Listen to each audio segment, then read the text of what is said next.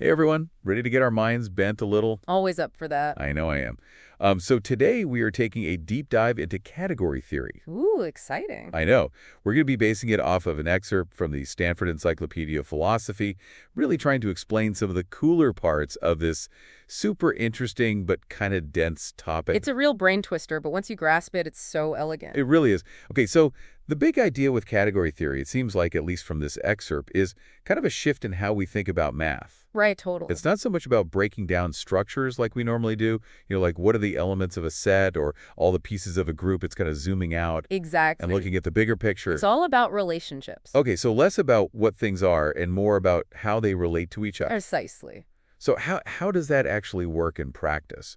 I mean, how do we go from thinking about sets and groups and all that to thinking about the relationships between them? Well, think about it this way. You have sets, topological spaces, groups, all these different mathematical structures that seem totally different.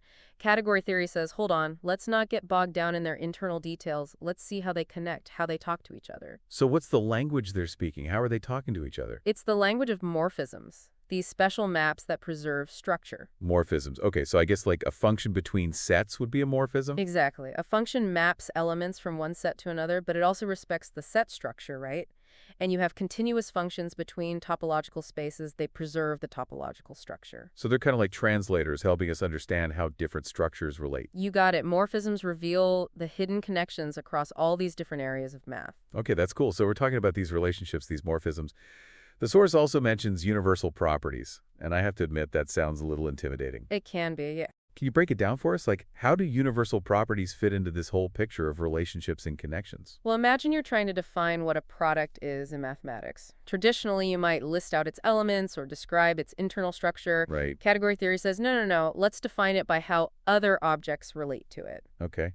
Interesting. So instead of saying what it is, we're saying how it's connected. Exactly. It's all about relationships. A categorical product, for instance, is defined by how other objects map into it uniquely. So it's like saying this product is special because it's the most efficient way to connect these other objects. You got it. Mind-blowing. So category theory is about finding these elegant patterns, these universal properties that define things by their connections. And we've only scratched the surface. Wait till we get to functors. Oh yeah, the source mentioned functors. They're kind of like translators, but between categories. So we're going meta now, translating between different translations. You got it. A functor takes an idea from one category and expresses it in the language of another. Okay, so can you give me an example? Like a concrete example. I'm having a little trouble picturing what these functors actually do. Okay, let's think about homology from algebraic topology. It connects topological spaces, so think shaped surfaces. It connects those to groups, which are sets with a special operation. Okay, so we're bridging geometry and algebra. But how does a functor do that? Well, homology assigns to each topological space a bunch of groups. These groups capture information about holes in the space. Holes. Okay, I'm intrigued. And here's the key, a continuous map between spaces. Remember, that's a morphism in the category of topological spaces that gets translated into a homomorphism between the corresponding homology groups. So the functor isn't just translating objects, it's translating the relationships between them too. Precisely. It's preserving the structure of the relationship as it translates from one category to another. That is pretty wild. It seems like category theory is revealing these connections between areas of math that I never would have thought of as being connective. It's pretty amazing, right? Yeah. Can you give me another example? Sure. Even something as familiar as taking subsets. That's a functor too. The power set operation, it takes a set and sends it to its power set, and it also translates functions between sets into functions between their power sets. So even something basic like taking subsets fits into this framework. Yep. I'm starting to see how powerful this perspective could be. And it gets even more powerful when we talk about maps between the functors themselves. Those are called natural transformations, and they take us to a whole other level of abstraction. Maps between maps. Okay, I think my brain needs a break. Haha, I know what you mean. We're going to have to save natural transformations for part 2 of this deep dive, I think. I can't wait. All right, so we're back, and I'm still kind of reeling from all this funker talk. It's a lot to take in. I know, right? Like translating between categories, preserving those relationships. Pretty wild. It is, but it gets even wilder when we start talking about natural transformations, these maps between functors. Okay, hold on. Before we get to that, can we go back to the power set example for a second? Sure. You said it's a functor, but I'm having trouble seeing how it's actually translating anything. Right. Well, remember, a functor has to do two things, map objects and map morphisms. Right. So for the power set functor, it takes a set and sends it to its power set that's mapping the objects. Okay. But now let's say you have a function between two sets A and B. The power set functor has to translate this function into a function between the power sets of A and B. So how does it do that? Well, it uses the original function to create a new function that sends each subset of A to its image in B. Basically, you're applying the original function to all the elements of the subset. Ah, okay. So it's like the funker is lifting the original function up to the level of subsets. Exactly. It's preserving the way elements are mapped, but at a higher level. Okay, that makes sense. And this idea of lifting operations to higher levels of abstraction, it's a big theme in category theory. Interesting. Okay, so we have funkers that translate between categories, but then you said natural transformations are maps between funkers. Why do we need those? What do they add to the picture? Well, think about it this way. What if you have two different functors that both go from the same source category to the same target category? Natural transformations give us a way to compare these functors to see how they relate to each other. So it's like we can say these two translators are kind of similar, but they have slightly different approaches. Yeah, it's a great way to think about it. A natural transformation gives us a way to map the results of one funker to the results of another, and it does it consistently across all the objects in the source category. I think I'm starting to get the concept, but can you give me like a visual, a concrete example? Sure, let's look at vector spaces. There's a funker that takes a vector space and maps it to its dual space.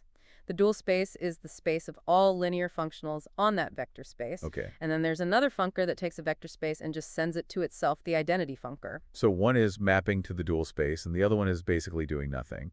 Right? Now, there's a very important natural transformation between these two functors. It takes a vector in the vector space and maps it to the linear functional that evaluates other vectors on that vector.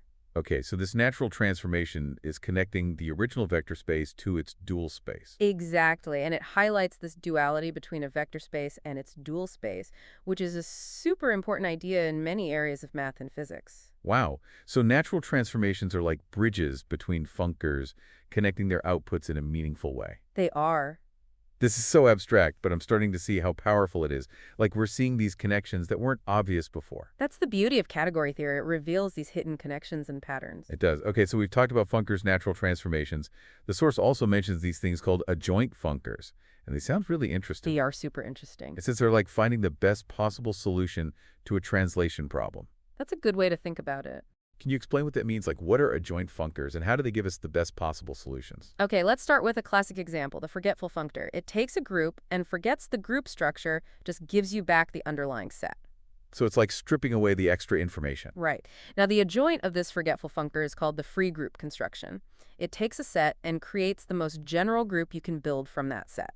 Okay, so we forget the group structure, then try to rebuild it. What's so special about that? Well, the key is that the free group construction doesn't give you back the exact same group you started with. It gives you the closest possible group you can build from that set while still obeying the rules of being a group. So it's the best fit group for that set. Exactly. Cool. And this pattern of forgetting and freely reconstructing, it pops up everywhere in math. Really? Yeah, we see it with abelian groups, topological spaces, even in really complicated stuff like the Stonecheck compactification. Wow, so many different ideas all fitting into this one framework. That's the power of category theory. It unifies all these seemingly disparate concepts. It's incredible. It is. And this idea of the joint functors, it goes even deeper. There are these special morphisms called the unit and the countit that really capture this notion of best possible solution. Okay, I'm intrigued. Tell me more about these unit and countit things. All right, let's stick with our forgetful funker and free group example.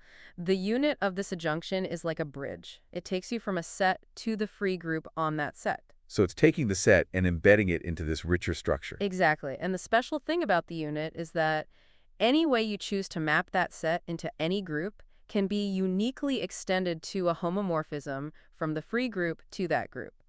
So it's like the free group is generous enough to include any possible mapping from the set. Yes.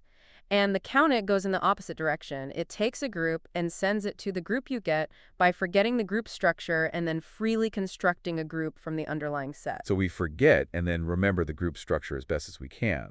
You got it. And the special thing about the countit is that any homomorphism from a free group to our group can be uniquely factored through this forget and reconstruct map. So the unit ensures we're including everything, and the countit makes sure we stay as close to the original group as possible. Exactly. They work together to make this adjunction the best possible solution to the problem of forgetting and reconstructing the group structure. This is blowing my mind. I know, right?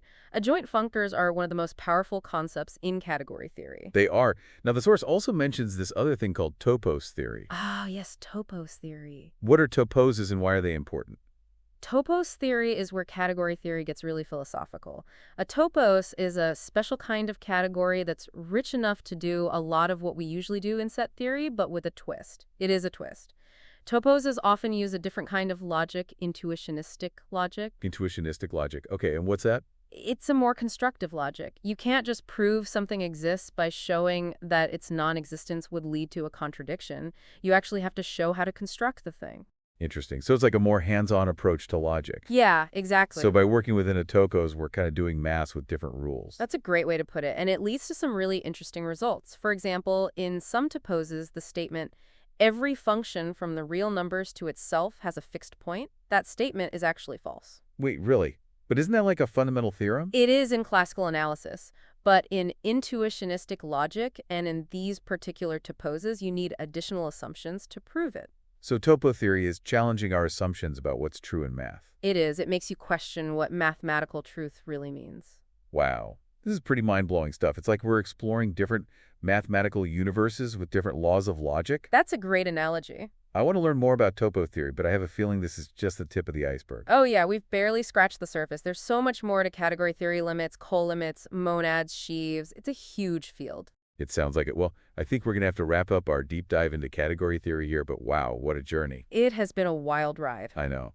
From Morshisms and functors to natural transformations and adjoint functors, it's been a lot to take in. But hopefully our listeners are as fascinated by this stuff as we are. I hope so too. Category theory offers such a powerful way to think about math, emphasizing connections, relationships, and finding these elegant abstractions that unify so many different ideas. It's truly a beautiful subject. It is, and I encourage everyone to explore it further. You never know what incredible insights you might discover. Absolutely. Happy exploring.